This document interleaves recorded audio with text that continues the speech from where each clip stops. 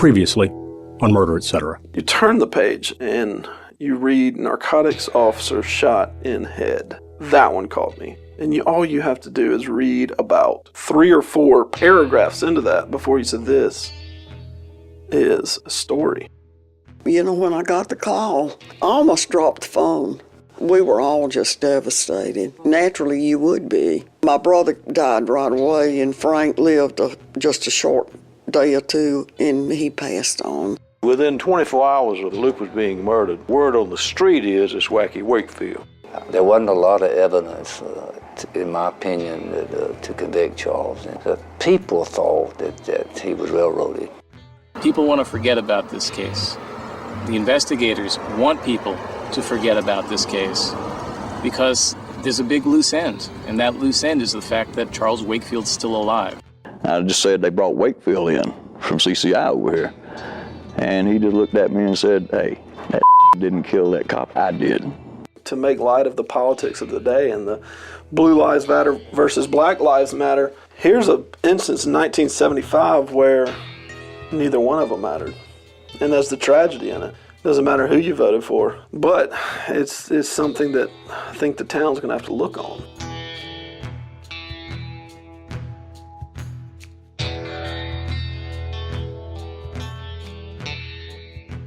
Stop and think for a minute about the gifts that you've given over the course of your life. The ugly ties, the boxes of chocolate, the bedroom slippers. And try to imagine the last gift you'll ever give, and who will take it from your hand, and how long they'll remember it. I said, "What's that in your hand?" And he said, "Oh, I took down the aquarium in my office." He said, "It's a pump for my fish tank." I took it down. "You want it?" And he gave it to me. Imagine Frank Lupe, the sunrise in his bloodshot eyes, his mind in a million places, like where he'd been all night, like the bullet holes in his house, like the secrets he was keeping from everyone. Imagine him carrying around a used aquarium pump, like the patron saint of random objects, and in his last hours on Earth, finding a friendly face with an interest in aquarium pumps. My name is Danette Green. I went to work at the Sheriff's Office October the 12th, 1971, 2 weeks after my 18th birthday. Danette Green may be the only one on Earth who can say she both worked for every Greenville County sheriff for 40 years and was one of the last people to ever speak to Lieutenant Frank Lupe. And I was just a kid out of high school when I first went. Knew nothing of politics or people or what was going on. I was just there and learning. By the morning of January 31st, 1975, Danette was 4 years into her work on her second sheriff, and she had an aquarium at home. She was just starting her morning shift in the sheriff's office dispatch room. It was my day to handle the phones and calls that morning, and then you'd switch off and be on the radio later. Well, that morning, right after I took shift, here comes Frank to the window. Lieutenant Frank Lupe, the head of the narcotics squad, a good-looking, crime-fighting, very tired man. He stood in front of a woman he'd seen more times than he could count. He'd heard her voice more times than that, on nights he was out on the roads, hunting drug dealers, like he'd hunted rabbits when he was a kid. When he needed help, when he needed anything, he'd key the button on his radio, and often, the voice on the other end of that crackling line was Danette. There was a lot of faceless people out there on that radio that I communicated with, and you got to know whether you ever really saw them or not. In 4 decades working in law enforcement, Danette heard a lot of dirt. The kind deputies tracked in from Greenville's gritty streets, and the kind that some lawmen rolled around in. She heard it about a lot of deputies, but not Frank Lupe. He was well thought of, upstanding, honest. I never heard anything dishonest or anything that he'd ever done bad. You had heard about some of the other officers at times, and you didn't know what to sort out and what not to. And like I said, I was very young. You know, I didn't know what to believe, what not to believe, and a lot of it I just didn't think about. I look back now and I said, you know, I was right in the middle of it all and didn't realize it. On January 31st, 1975, Lupe stood just on the other side of a pane of glass and passed Danette the last gift he'd ever give. And we had a window, something like you would in a bank, with a little hole in the middle where you talked and a little slot where they could put stuff through. The door was supposed to be kept closed. Frank came to the window and said, "Danette, I'm going home, been working on something all night, I'm tired, I'm going to be at Mom and Dad's, and if y'all need me, call me, I'll be home getting a few hours sleep." Lupe did not say what he had been working on all night. Danette never knew. Lupe told confidants it was something really big. But when a few hours later we got the call, and it was a shock. Danette's shock became Greenville County's mystery. 2 dead men, a drug cop and his father, shot just behind their left ears, just after lunch. Within 13 months, the county's top prosecutor would declare it a mystery solved. Frank had worked late that night. Prosecutor Billy Wilkins, eventually Judge Billy Wilkins, I think what happened is that Wakefield went in and said a young man named Charles Wakefield Jr. robbed the Loopers and killed them both. Wakefield then leaves. He lives about, as a crow flies, about 2 miles from the Loopers. And of course, Mrs. Looper, when Frank doesn't return, she goes out and sees what's happened and calls the EMS. And of course, the sirens were deafening, they say. Well, they could hear them for miles because the police and the ambulances coming in. This was the story Wilkins told at trial. And outside the courthouse, no one with a voice in the 1970s stood up and challenged that story. And so, that became the story of how Frank Looper died. Danette Green's story starts differently, with a fish tank pump, and continues in a way Wilkins and the investigators who sent Charles Wakefield to death row have been denying for years. He was shot execution style. You know, that was one of the first thoughts on everybody's mind. This is the execution style hit. And Greenville was known to be a little wild and woollier back then than it is now. Wild and woollier is a polite way to say a county policed by more corrupt cops than it knew. A county home and hideout to an organized crime ring known by a lot of names, including the Dixie Mafia. A county where today, 44 years later, the official Looper murder story remains in question. And the first thing in your mind, in everybody's mind, was it's a hit. You know, he's a narcotics officer. It's a hit. For the past 40 years, people have told several versions of the Looper murder story. People tell the official story. Somebody killed the Loopers during a robbery. Some people tell a story of fear. The Loopers were victim of a hitman. Other people tell the story of injustice. An innocent man went to death row. What I'm going to tell you is a story the jury who convicted Charles Wakefield Jr. never heard. I'm going to tell you a story some people argue the jury should have heard. A story that shares a few details with the official story, and then walks that wild and woollier road, paved with details about the murder, lined with Frank Looper's enemies, clouded over by corrupt cops in a murder investigation built on the words and reputations of criminals, and ending with information that's remained largely secret for 4 decades. And the only way to tell that story in a fair way is to start at the beginning.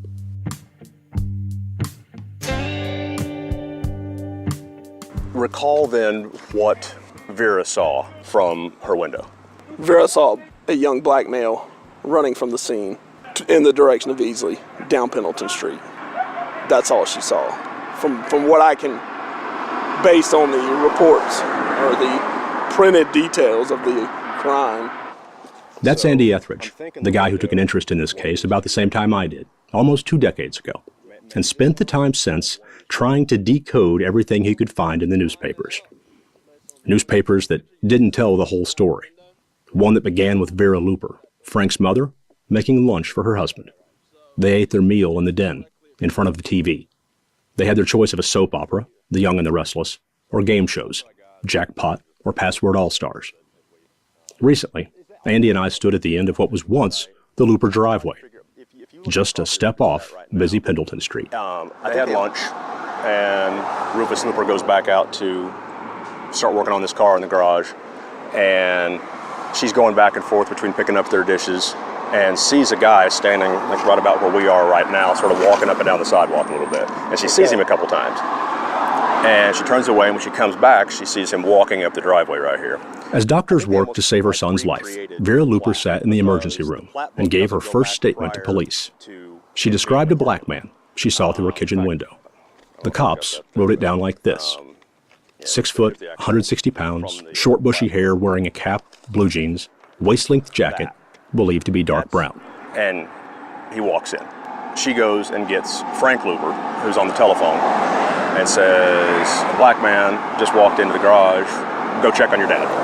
This is prior to gunshots. This is prior to gunshots. Vera Looper said her son was on the phone with his girlfriend, a nurse named Rita. When his mother asked him for help, Looper hung up the phone, grabbed a .357 Magnum revolver, put it in his waistband, and pulled his shirt tail over the gun's grip. Wearing a pair of green bedroom slippers, He walked outside. Frank goes, he gets his service weapon, goes outside into the garage, and apparently they're in there together for a couple of minutes. Nothing happens. Vera Looper spoke to officers R.L. Hand and Matthew Beecham.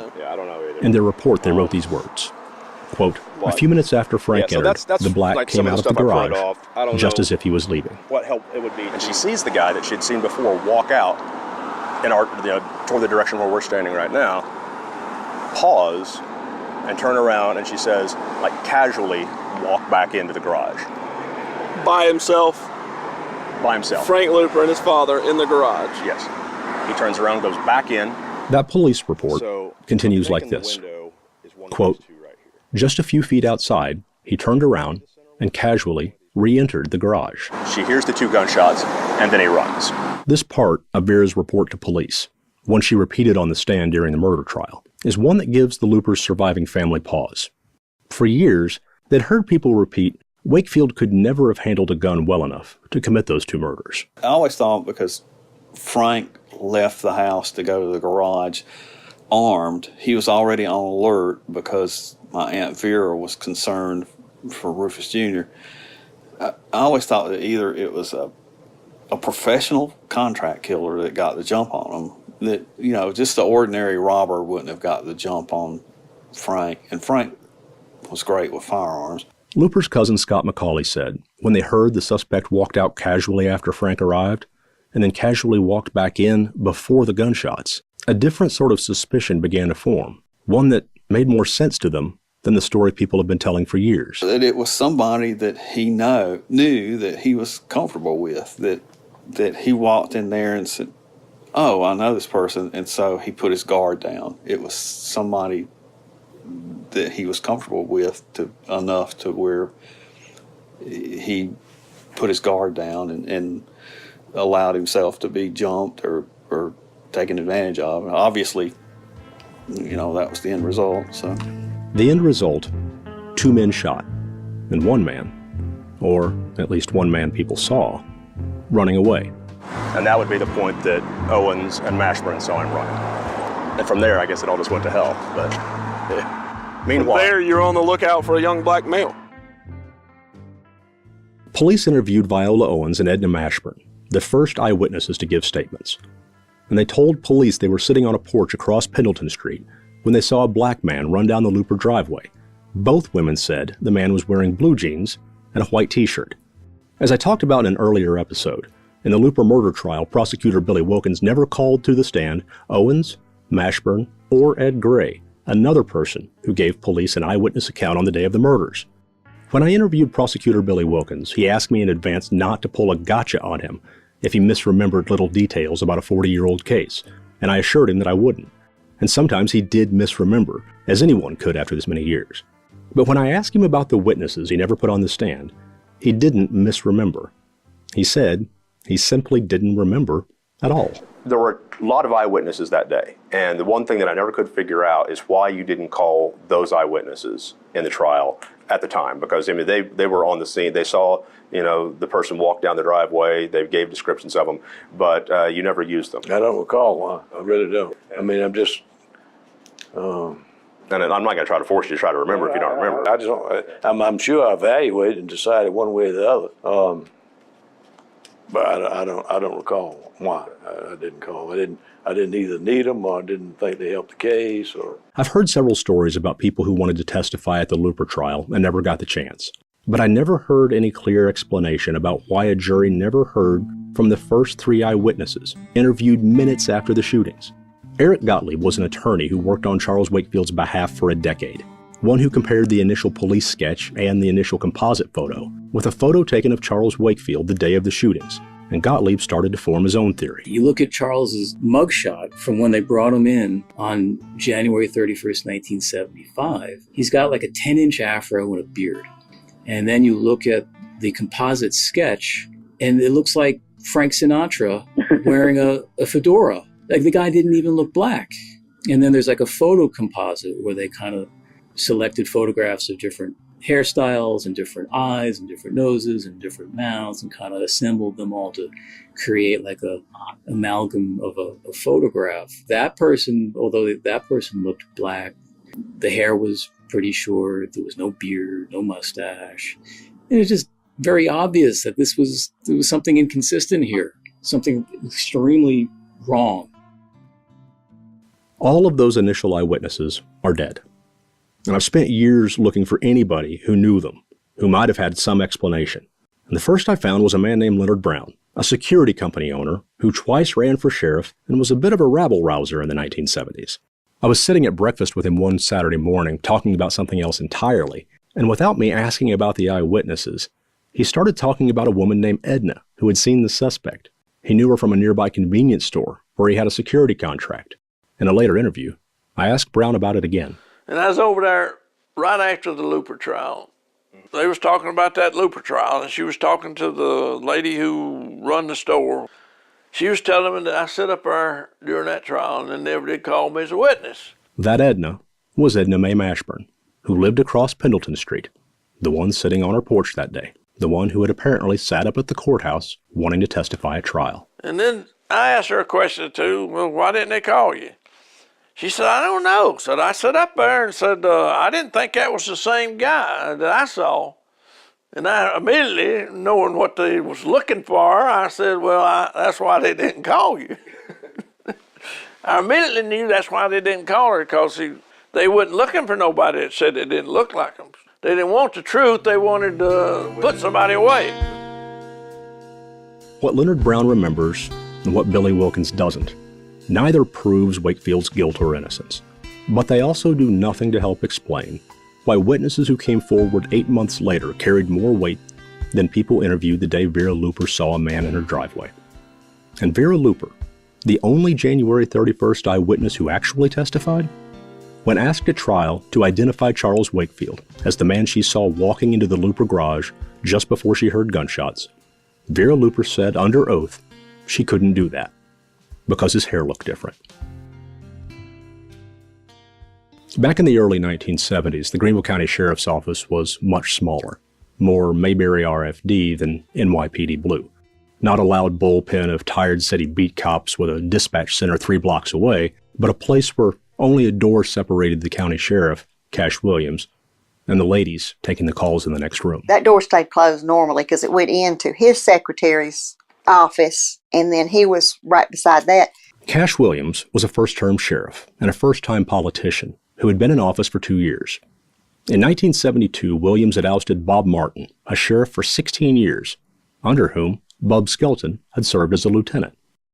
Cash Williams had made Looper his top narcotics deputy, and just after lunch on January 31st, that door that was almost always closed opened.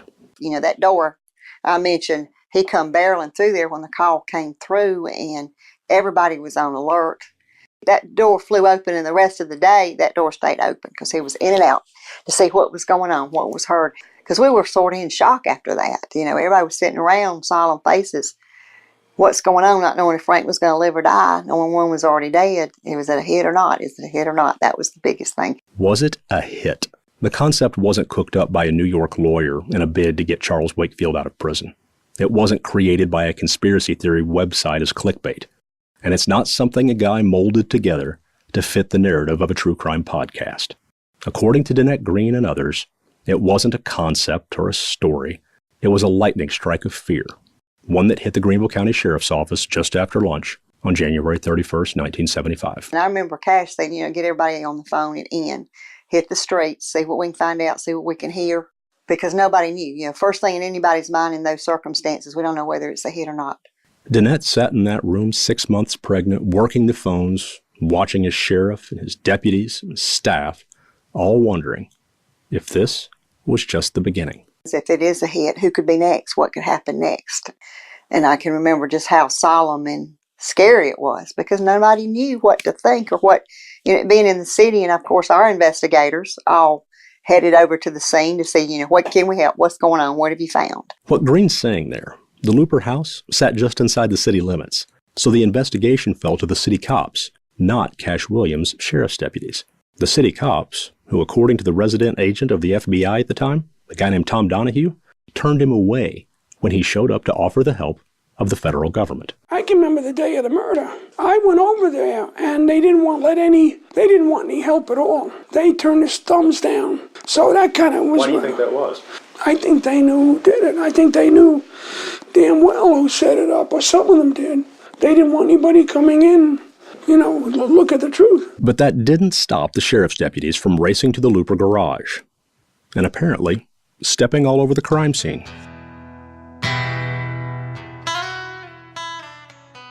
For the past 18 years, I've been studying pictures from inside the Looper garage on the day of the murders.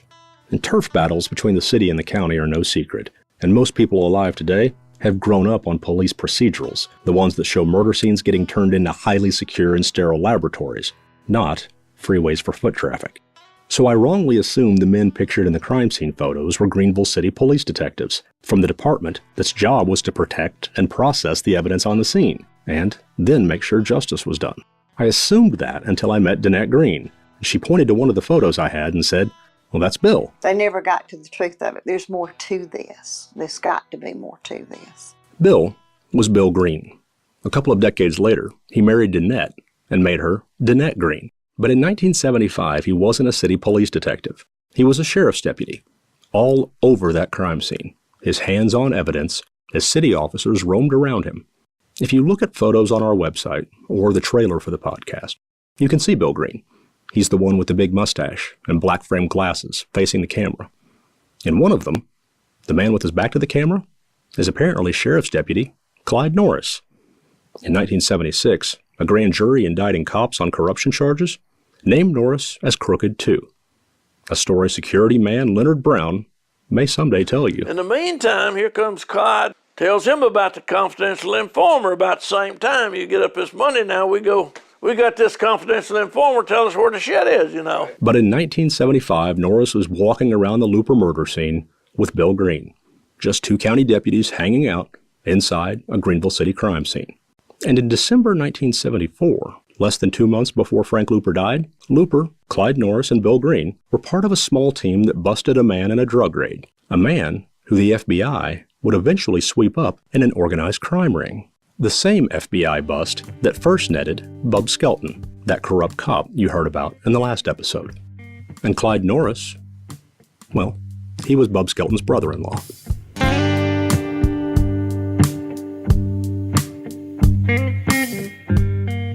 I'm not suggesting that Green or Norris didn't have a right to be there that day. It's just worth mentioning, the man who sent them there, Sheriff Cash Williams, was one of the very first people to suggest that Frank Looper might have been a target because he led a band of ragtag undercover narcs that had been busting drug dealers all over the county. Leonard Brown remembers Looper's crew this way. He had this crowd that roam around with him, the damn sorry pants and long hair and bandanas or whatever they had on, looking like a bunch of hoodlums. No matter what they looked like, they were successful. And as far as attorney Eric Gottlieb was concerned, successful enough for Looper to get killed for it.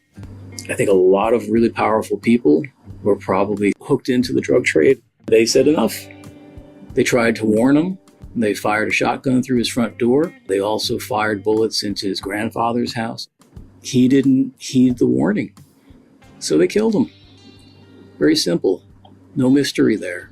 I think it was an assassination. I don't think it's a coincidence that both Frank and Rufus had a single bullet to the head 2 inches above the ear. I don't think that's a coincidence at all. Contract murder might sound like something from Hollywood, but it happened here. That paid hit just a few weeks after the Looper murders, confirmed, confessed, and adjudicated, Country Small and former Deputy Frank Walker killing Bugs Hassey, dumping him on Paris Mountain, that all happened. And when contract killings weren't happening, people were saying they were about to. In fact, as you'll hear in later episodes, Sheriff Cash Williams' rivals later publicly accused him of trying to have them killed. According to Eric Gottlieb, he talked to one woman who worried she might be a target too. That woman? Rita, the woman Frank Looper was talking to minutes before someone shot him. She described being terrified when the sheriff came to her home on a condolence call. She was afraid of him and would not see him because she was convinced that people within the department had killed Frank. And for those people who don't count legends as facts or won't take a New York lawyer's word for it, for people who don't believe police ever heard about a hitman possibly being responsible for the Looper murders, we have it on paper, a document found deep in the police file. On February 5th, less than a week after the murders, two officers, J.W. Davis and J.L. Dye, were working the West Greenville beat around 1 a.m. A white man walked up and said he heard a week before the murders, quote, a hitman was in town to rub out a narcotics agent. The informer didn't pay the street talk much mind, said he heard it from a guy named Steve Edwards. But later, the informant changed his mind and decided he should tell police. He said he had heard this. A hitman was driving a white over red Cadillac, one that was currently at Adams' junkyard. The informer said a guy named Anthony Oots was spreading the story. Anthony Oots turned out to be a killer too. A few years later, he killed a guy named Vardry Norris. Remember that organized crime bust that got Bub Skelton? The FBI arrested Vardry Norris in that bust too. And what made the informant finally decide to tell the cops about what he had heard? He drove by a very large funeral at Graceland Cemetery. The funeral for Rufus and Frank Looper. It meant a lot to Cash for everybody to go to that funeral, including on-duty officers that could be spared, and then the city would help take calls. They made an agreement, and I thought that was awfully nice and awfully decent at that time. Cops came from everywhere. Looper's family remembers that cold, rainy day, and one of the things that stood out for Adele and Julia McCauley were all the police that came to mourn. And I remember that there were so many police. I remember that more than I remember the funeral. It all seems like a dream almost. It seems like that they had a lot of police cars behind the hearse and the family car. Danette Green was there because, in a way, she was family too. Well, it's a family. You are a family. It was family. And when something happened to somebody, you didn't have to be extremely close to them. It still hit you. Somebody you saw coming in and out sometimes hit you harder than if it was a family member that you didn't really see. When you saw that, it was part of your family, and it hurt. We were all shocked, and it hurt us. The blood relatives were the closest to the grave, and spreading out in bunches as far as they could see, law enforcement officers from counties far and wide. As the distance to the grave got longer, the sound of the Loopers' mourning got softer. And Danette Green remembers hearing something else. Something that was, at best, a very unfortunate coincidence, and at worst, something unspeakable. It came from just across the road, at a place that seems to keep coming up again and again in this story. Behind us was Adams' junkyard, and I can remember back in there, all of a sudden, in the beginning of the service, gunfire go off. About 2 shots, pop, pop. And everybody looked around at each other like, are we going to hit the deck or what? What's going on here? It was a scary feeling. The fear of a hitman in town abated over time. And in that way, time is a gift. A gift like a picture that can prove something wasn't quite right. Or a document that connects 2 dots that seemed unconnectable.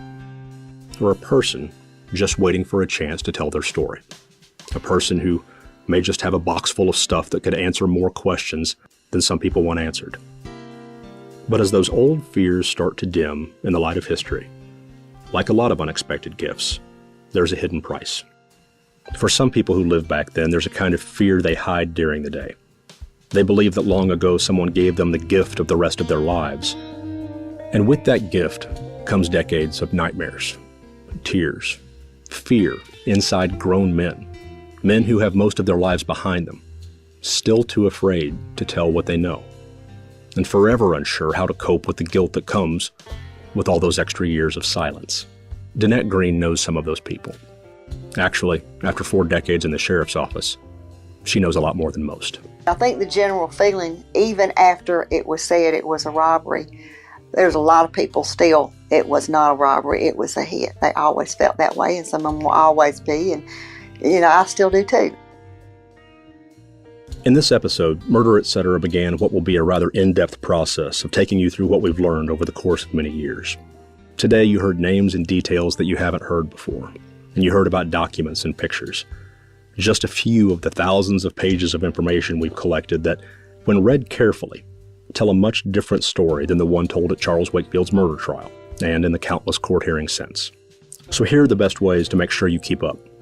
First, subscribe for free on Apple Podcasts or wherever you're listening right now, so you don't miss an episode.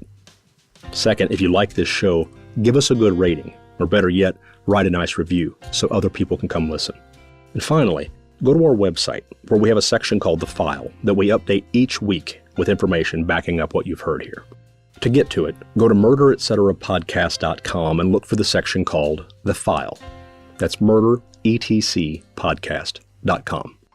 And before we go today, I'd like to offer a quick thanks to WYFF-TV, the Greenville Journal, and the Thinking Poker podcast for their recent coverage of Murder, Etc. We appreciate you helping us tell the story.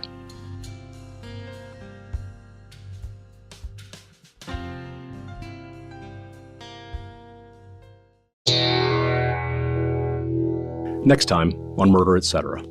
If Charles Wakefield Jr. was not in the Looper garage that day, then where was he? Can he explain it? Of all the things he can't explain about his life, he will explain where he says he was that day, and some of the other places he wished he'd never gone. You know, you can go through there in the daytime, but you didn't go over there hanging out. And anything might happen to you, you know, because, you know, at night, people do things they don't do in the daytime. Charles Wakefield's alibi on the next Murder, Etc.